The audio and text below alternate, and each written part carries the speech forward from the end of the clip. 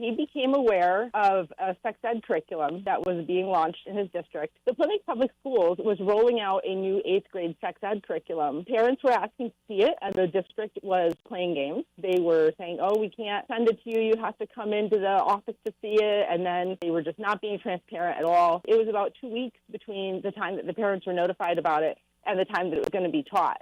And that actually does not even allow enough time for their own sex ed policy to allow for parents to review the curriculum. There's actually a whole transparency review process that their policy dictates that can take up to 6 weeks.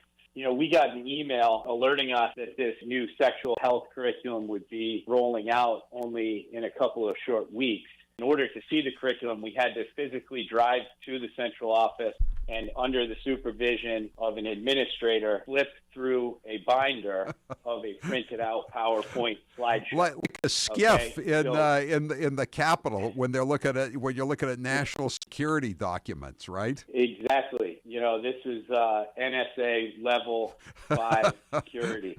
You know, that raised an immediate red flag, right? If you're going to teach my child something about sex, you're not willing to email me a PowerPoint, it raises some immediate concerns. The other concerns we had is when we looked at the curriculum itself and the lesson materials, in our opinion, wildly not appropriate for a 13 and 14-year-olds. And nowhere in that original October document that we reviewed did it explicitly say, or did it imply, that the age of consent in Massachusetts is 16. Those were the three kind of immediate alarms that we raised back in October. The problem is that most parents don't even realize what this curriculum looks like. They think back to, what I had in school, or what maybe they did, and it's something completely different now. So they know, the school knows that most parents are going to get that letter, and unless it says something in there that's really blatant or really bold, that they're just going to be like, well, this is probably fine, and, I'll let my kid do it. The room was probably split about 50-50. Community members and parents and some elected officials from other towns were there. Now, that being said, there has been some success.